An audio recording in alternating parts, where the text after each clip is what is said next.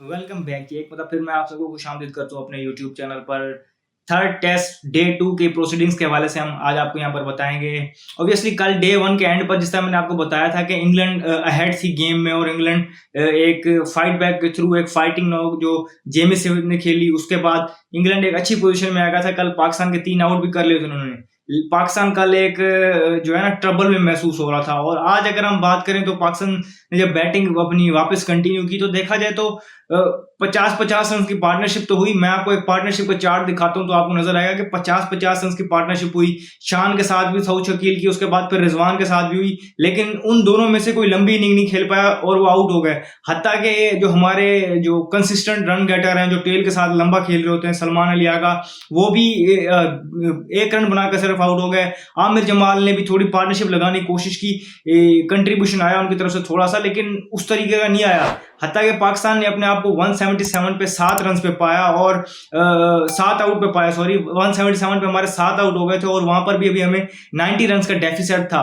अब वहां पर ये लग रहा था कि हम शायद लीड कंसीड कर देंगे 70-80 रन की। सऊद शकील स्टिल क्रीज पर मौजूद थे और उन्होंने जिस तरीके से इनिंग को कैरी किया, साथ उनके जो साथ निभाया उनका, अगर हम बात करें, पहले नुमान अली ने 48 रन की आउटस्टैंडिंग इनिंग खेली और जिस तरीके का उन्होंने प्रेशर ऑब्जॉर्व किया और फिर जब बात जहां पर अटैक करने पे आई, अटैक भी किया, बड़े यूजफुल कंट्रीब्यूशन उन्होंने 88 रन की पार्टनरशिप लगाई सऊद शकील के साथ, ये पार्टनरशिप आई। फिर उसके बाद एक और 72 रन की पार्टनरशिप आई सऊद शकील ने लगाई, वो थी साजिद के साथ। साजिद ने भी 48 रन की इनिंग खेली और बहुत आउटस्टैंडिंग तरीके से उन्होंने इनिंग को गाइड किया। और अगर हम कहें तो ये किसी मिरेकल से कम नहीं था कि आज नहीं लग रहा था कि पाकिस्तान लीड ले भी पाएगा। लग तो ये रहा था कि शायद कहीं पाकिस्तान डेफिसिट ना कंसीड कर दे, लेकिन ऐसा हुआ कि पाकिस्तान ने वहां से 77 रन की लीड ली।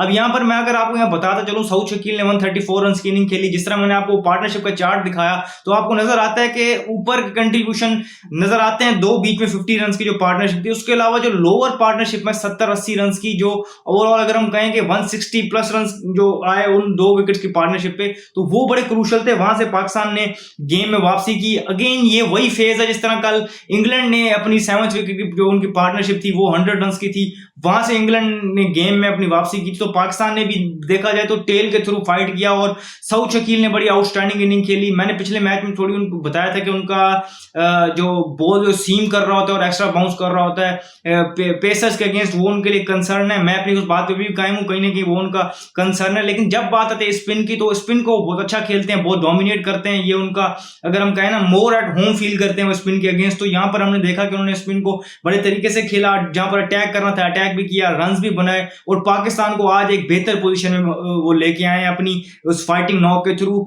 और फाइटिंग स्पिरिट की अगर हम बात करें ना, स्पिरिट आपको जब टीम हार रही होती है, फिर उसके बाद हमने देखा लास्ट मैच में 2 प्लेयर्स के आने के बाद, 3 प्लेयर्स के आने के बाद जो एकदम इंडक्ट हुए, तीनों ने परफॉर्म किया। कामरान गुलाम का 100 और नुमान अली और साजिद की बॉलिंग की वजह से भी और उनके बैटिंग में भी छोटे छोटे कैमियोज थे, वो स्पिरिट आगे कंटिन्यू की। तो आज अगर हम देखें तो फाइटिंग नॉक्स फिर नजर आई हमें साजिद की तरफ से भी और नुमान की तरफ से भी। साजिद को ऑलमोस्ट बॉल लगी और हमने देखा कि ब्लीडिंग हो रही थी। जिस तरीके से वो अंदर फाइट कर रहे थे, 48 पे वो नॉट आउट आए हैं, वो बड़ा अच्छे तरीके से उन्होंने वहां पर इनिंग को बैलेंस किया, अटैक भी किया, इंग्लैंड के बॉलर्स को अंडर प्रेशर लाया और पाकिस्तान को दूसरे एंड पे जो सऊद शकील खेल रहे थे उनको सपोर्ट भी किया। बॉलिंग तो उनकी ऑलरेडी हमने देखा कि 6 आउट उन्होंने किए हैं, 3 नुमान ने किए हैं, लेकिन बैटिंग के साथ ही वो अपनी पूरी फाइट कर रहे हैं। तो एक टीम स्पिरिट नजर आ रही है, टीम लड़ती हुई नजर आ रही है, तो हैंस नजर आ रहा है कि रिजल्ट्स बेहतर होंगे। साथ हमें यहां पर क्रेडिट देना पड़ेगा, मतलब जिसका भी डिसीजन था ये, जिसने भी ये गैम्बल लिया कि हमें स्पिन पिच बनानी चाहिए और मेहनत करवाई, ग्राउंड्समैन को, क्यूरेटर को क्रेडिट जाता है जिस तरह उन्होंने पिच बनाई है और इंटरेस्टिंग बना दिया मैच को। और साथ ही जिन्होंने ये डिसीजन लिया वो सिलेक्शन कमेटी थी या आकिब जावेद सिर्फ खुद थे या बाकी सारे जो सिलेक्शन कमेटी का पैनल है उन्होंने, या जिसने भी ये डिसीजन लिया और जिसने भी ये गैम्बल खेला है, ये उनको पे कर रहा है इस टाइम तक। तो और अभी अगर देखें तो डे के एंड तक पाकिस्तान ने इंग्लैंड के 3 आउट भी कर लिए। इंग्लैंड के अभी इंग्लैंड को 53 रन का डेफिसिट है और उनके 3 आउट भी हो गए हैं। और उनमें अगर हम बात करें तो उनके इनफॉर्म डकेट भी आउट हो गए हैं और क्रॉली को चौथी बार आउट किया नुमान ने। उनका जो कहते हैं ना, उनपे अपर हैंड अपना जो है जारी रखे हुए हैं, और साथ ओली पॉप भी आउट हो गए। अब क्रीज पर हैरी ब्रूक और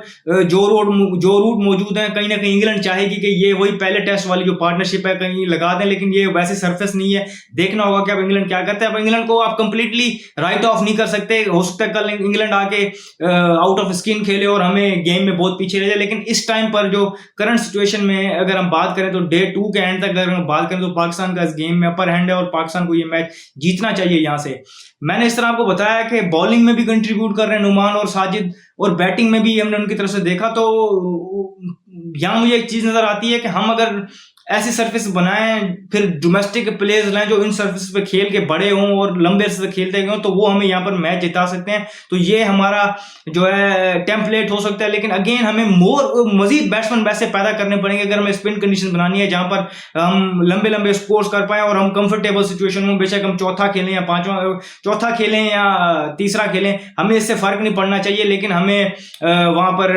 अगर हमारे जो कहते हैं ना कि जिन्होंने सीजन में जो गुजर के आए होंगे, सीजन से खेल के आए होंगे और उन्होंने यहाँ पर रगड़ा खाया हुआ होगा, तो वो परफॉर्म करके देंगे हमें। तो उम्मीद ये करते हैं कि पाकिस्तान कल उनको जल्दी आउट कर लेगी और ज्यादा टोटल पाकिस्तान को नहीं मिलेगा। पाकिस्तान के लिए मसला तब शुरू होगा जब पाकिस्तान को जो टोटल मिल जाएगा वो 150 प्लस जाएगा, और 200 प्लस में तो पाकिस्तान के लिए ऑलमोस्ट जो होगा वो इम्पॉसिबल होता जाएगा। लेकिन वो करने के लिए भी इंग्लैंड को भी पहले 53 रन का डेफिसिट है, ये कम करना है, फिर लीड लेनी है। अब देखना ही होगा कि इंग्लैंड इस सिचुएशन में कैसा खेलता है। बड़े अरसे बाद मैं देख रहा हूँ कि पाकिस्तान होम क्रिकेट में अच्छा खेल रहा है और इंटरेस्टिंग मैचेस देखने को मिलते हैं। रिजल्ट्स अलग चीज है, लेकिन जिस तरीके की इंटरेस्टिंग क्रिकेट देखने को मिल रही है, मजा आ रहा है देख के, और पाकिस्तान डोमिनेट कर रहा है और अपोजिशन को पाकिस्तान ने स्पॉट ऑफ बॉर्डर में पाया हुआ है। तो ये चीज बड़ी अच्छी लग रही है। और फिर जो अपडेट होगी कल हम आपको बताएंगे। मोस्ट प्रोबेबली कल ये लग रहा है शायद कल रिजल्ट आ जाए, नहीं तो डे 4 में रिजल्ट आ ही जाना है। तो इस वीडियो में फिलहाल वक्त इतना ही। मुझे दीजिए इजाजत, शुक्रिया, अल्लाह हाफिज।